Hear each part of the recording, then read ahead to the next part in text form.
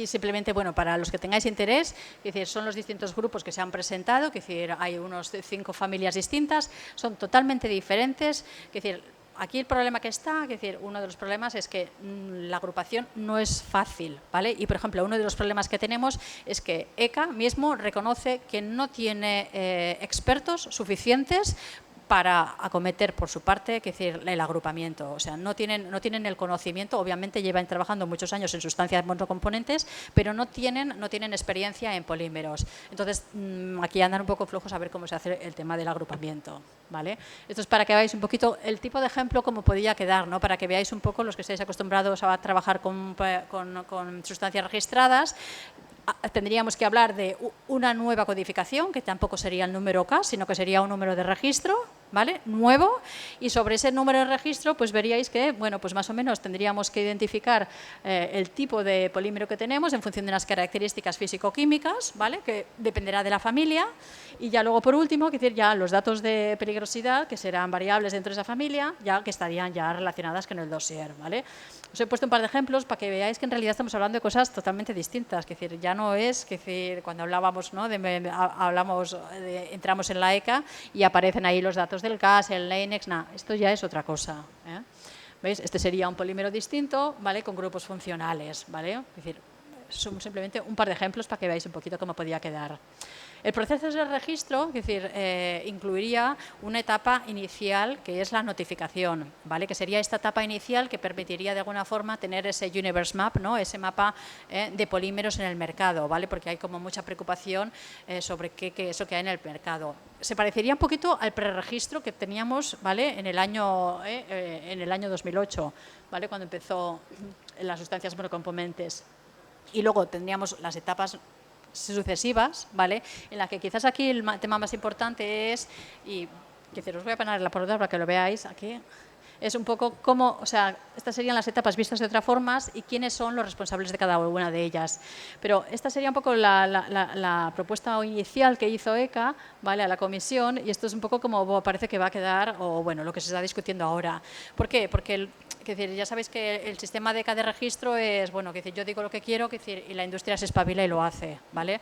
Pero claro, cuando estamos hablando de este tipo de sustancias, de alguna forma, vamos a tener que ponernos de acuerdo en lo que es un grupo. Entonces, seguramente ECA debería participar en esos grupos, ¿no? O decir, antes de que empecemos a hacer pruebas, ¿no? Si realmente está de acuerdo o no está de acuerdo con los grupos que estamos haciendo, ¿vale? Este es un poquito el esquema de cómo se registrarían los polímeros, es decir, bueno, pues habría un flow, ¿vale? Aquí un diagrama de proceso, ¿no? Que iríamos contestando en función de las distintas preguntas para saber si al final lo catalogábamos como PRR, precursor, o no, o exento, ¿vale? Bueno, ya, por último, es decir, los requerimientos de registro, este es otro tema importante en el que estamos focalizados, y es que no podemos pedirle a los polímeros las mismas características o la misma información que les pedimos a las sustancias normales, ¿vale? Entonces, aquí hay una propuesta por parte de la industria, ¿vale? De un poco, pues, de fijarnos una serie de procesos escalonados que sean flexibles, que en función de lo que estamos buscando, o sea, que sea un proceso mucho más dirigido, en lugar de decirle, bueno, mira, yo quiero que me busques todo esto, no, focalicémonos en de qué estamos hablando, cuál es la peligrosidad, existe riesgo, cuál es la biodisponibilidad, ¿vale?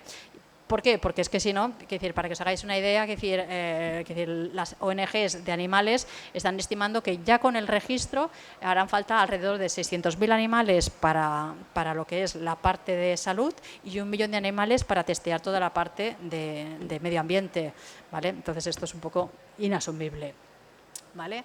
Por tanto, nosotros desde la industria un poco, ¿qué es lo que pedimos? Pues eso, proporcionalidad, ¿vale? Priorizar, es decir, no tenemos recursos para todo, ni nosotros, ni la administración, ni nadie, ¿vale? Seamos un poco flexibles, ¿qué es lo que vamos a buscar? Es decir, y focalicémonos en eso, ¿vale? Para asegurar que hay un riesgo cero y un zero pollution, ¿vale? Y luego, por supuesto, necesitamos un poco de certeza, de claridad, ¿vale? A la hora de aplicar el registro de los polímeros. Y ya está, por mi parte, un poco eso es todo, es decir, luego cualquier duda, pues estaré encantada de poder colaborar. Muchas gracias, Elena. A continuación, ya por último, contamos con Lidia Ferrer, del Servicio de Promoción de la Salud y Prevención en el Entorno Laboral de la Generalitat Valenciana. Ella nos va a hablar sobre la vigilancia, la inspección y el control del riesgo para la salud de los productos químicos aquí en la Comunidad Valenciana. Cuando quieras, Lidia, todo tuyo. Hola, buenas tardes. Primero quiero agradecer a Kimakova pues, la invitación a este foro donde parece que un poco el sistema sanitario, los médicos tenemos poco que decir, pero sí que es verdad que nosotros estamos trabajando en salud pública. Yo soy especialista en salud pública y trabajo en la Dirección General de Salud Pública de la Consellería de Sanidad. Y la gente que trabajamos en salud pública, ya lo habéis visto todos en la pandemia, estamos un poco fuera del sistema sanitario. Por eso es importante que en estos foros participemos, porque ahora veréis un poco la importancia y, sobre todo, porque somos la autoridad competente en control del cumplimiento de la normativa. Por lo tanto, los procedimientos de inspección y sanción en caso de incumplimiento, pues los llevamos nosotros, somos los que controlamos un poco esto. Ya he oído aquí, bueno, y habéis oído en varios sitios el tema de la Agenda 2030, el enfoque estratégico para la gestión de productos químicos a nivel internacional. Son gestión de productos químicos a nivel internacional, estrategias que se están llevando a cabo para el desarrollo sostenible, sobre todo, pero todas estas estrategias tienen un foco importante que es el tema de la salud. No hay que pensar que es imposible conseguir un desarrollo sostenible si no tenemos en cuenta el sector salud.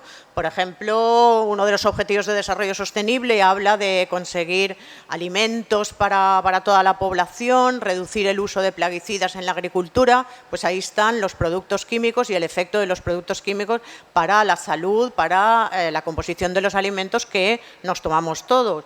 O, por ejemplo, en otro objetivo de desarrollo sostenible habla de tener un trabajo digno, de tener un empleo digno. Es imposible pensar en un empleo digno si los trabajadores están expuestos a un carcinógeno o a un producto que afecte a su salud.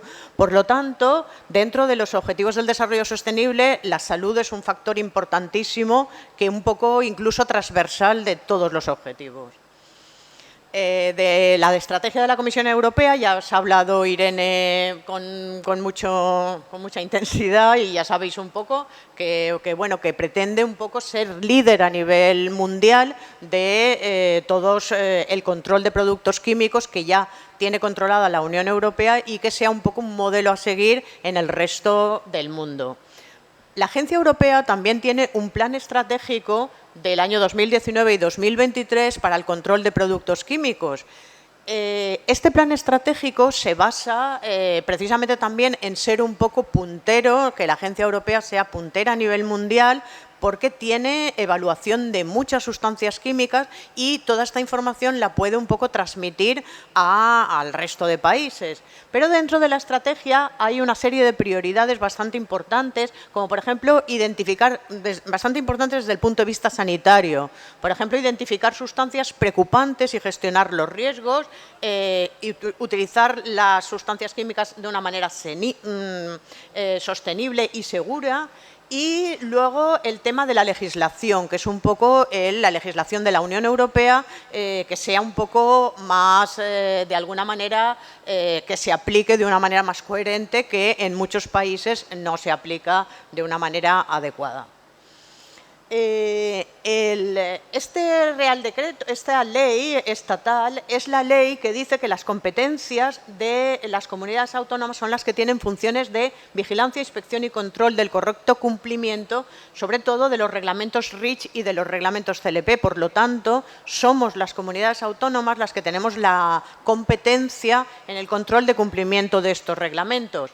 Y también la Ley de Salud de la Comunidad Valenciana dice que la Consellería competente en Sanidad es la que tendrá las competencias de inspección, control de los aspectos sanitarios de las sustancias químicas, y es por eso por lo que nosotros estamos un poco aquí. Por tanto, es la Dirección General de Salud Pública y Adicciones de la Consellería de Sanidad la autoridad competente en control de cumplimiento de los reglamentos REACH y CLP dentro del ámbito territorial de la Comunidad Valenciana. Desde hace mucho tiempo se sabe que la mayoría de los problemas de salud, y ahora en la pandemia lo habéis visto todos de una manera muy clara, los problemas de salud que tenemos nosotros no están relacionados solamente con los sistemas sanitarios.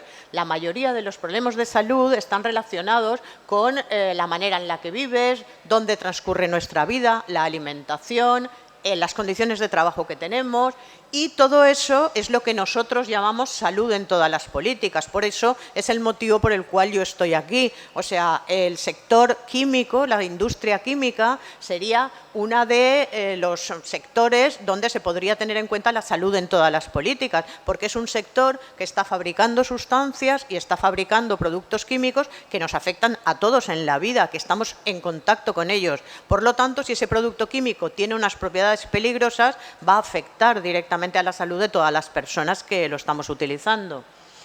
Esto de salud en todas las políticas forma parte de la estrategia de la Organización Mundial de la Salud y está también en el plan de salud de la Comunidad Valenciana. No es una cosa un poco nueva, es una cosa que ya organismos internacionales en salud hablan de la importancia de esto, y hemos tenido el ejemplo de una pandemia que ha sido bastante evidente la importancia que ha tenido pues el cuidado de ancianos en una residencia con la mortalidad, y son cosas un poco extrasanitarias que tienen que ver con la salud de las personas.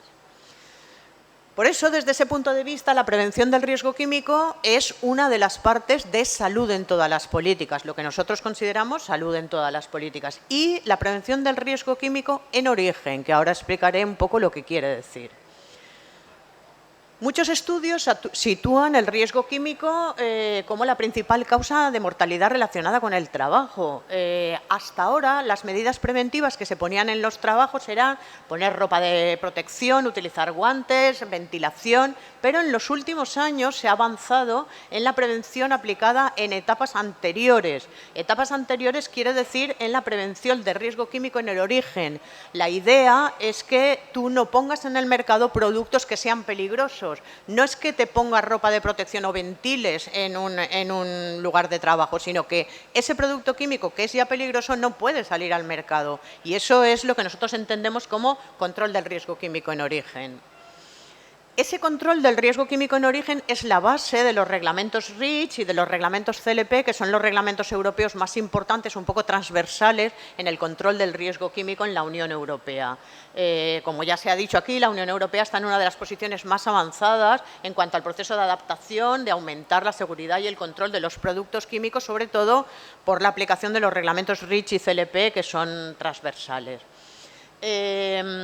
El reglamento REACH, un poco por encima, es un reglamento que registra todas las sustancias químicas, pero no solo las registra, las evalúa y decide restringirlas o someterlas a autorización las que son especialmente preocupantes o las que son peligrosas. Eso quiere decir que una sustancia carcinógena, que tenemos clarísimo que es carcinógena, ya no sale al mercado, porque el reglamento REACH lo que hace es decir, esta sustancia se elimina su uso y solamente se puede utilizar en casos muy, muy puntuales cuando se someta a una autorización expresa por parte de las autoridades de la Agencia Europea.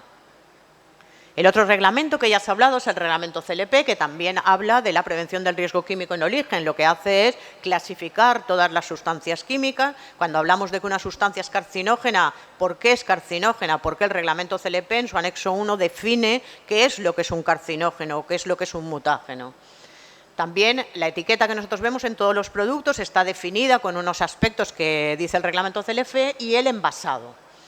No olvidemos que el objetivo general de estos dos reglamentos europeos es proteger la salud humana. Por eso, aunque son reglamentos que os afectan a todos vosotros en vuestra industria química, no olvidemos que el objetivo primordial del reglamento REACH y CLP es garantizar un alto nivel de protección de la salud humana y del medio ambiente, reducir las enfermedades producidas por productos químicos y la afección al medio ambiente.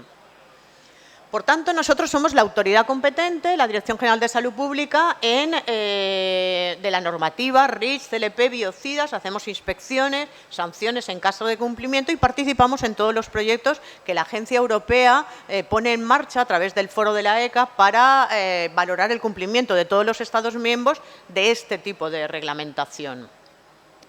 La Dirección General de Salud Pública tiene 16 centros en todo el territorio de la Comunidad Valenciana. O sea, tenemos centros de salud pública periféricos donde los técnicos de salud laboral tienen formación en control del riesgo químico porque ellos son los que hacen las inspecciones, como ahora veremos.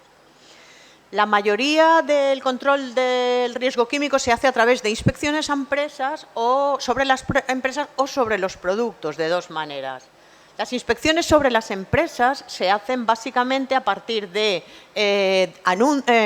alertas que recibimos a partir de la Red Nacional de Inspección y Control de Productos Químicos, denuncias o inspecciones a empresas que realizan los inspectores de salud pública. Por ejemplo, normalmente hacemos alrededor de 700 inspecciones a empresas en la Comunidad Valenciana. En los años 2021 es el efecto de la pandemia porque los trabajadores de salud pública tuvimos que dejar nuestro trabajo y dedicarnos a trabajar en epidemiología o en otro tipo de servicios dentro de salud pública por el tema de la pandemia y entonces se redujo nuestra actividad habitual, ¿no? Tuvimos que dedicar a otras cosas. Y en control también sobre los productos. Hacemos sobre las empresas y sobre los productos. Sobre los productos, sobre todo, a partir de las inspecciones a empresas, por ejemplo, sobre todo lo que realmente valoramos son infracciones normativas. Parece que esto sea como muy legal, pero esas infracciones, como muy normativo, pero esas infracciones normativas suponen un riesgo para la salud. Por ejemplo,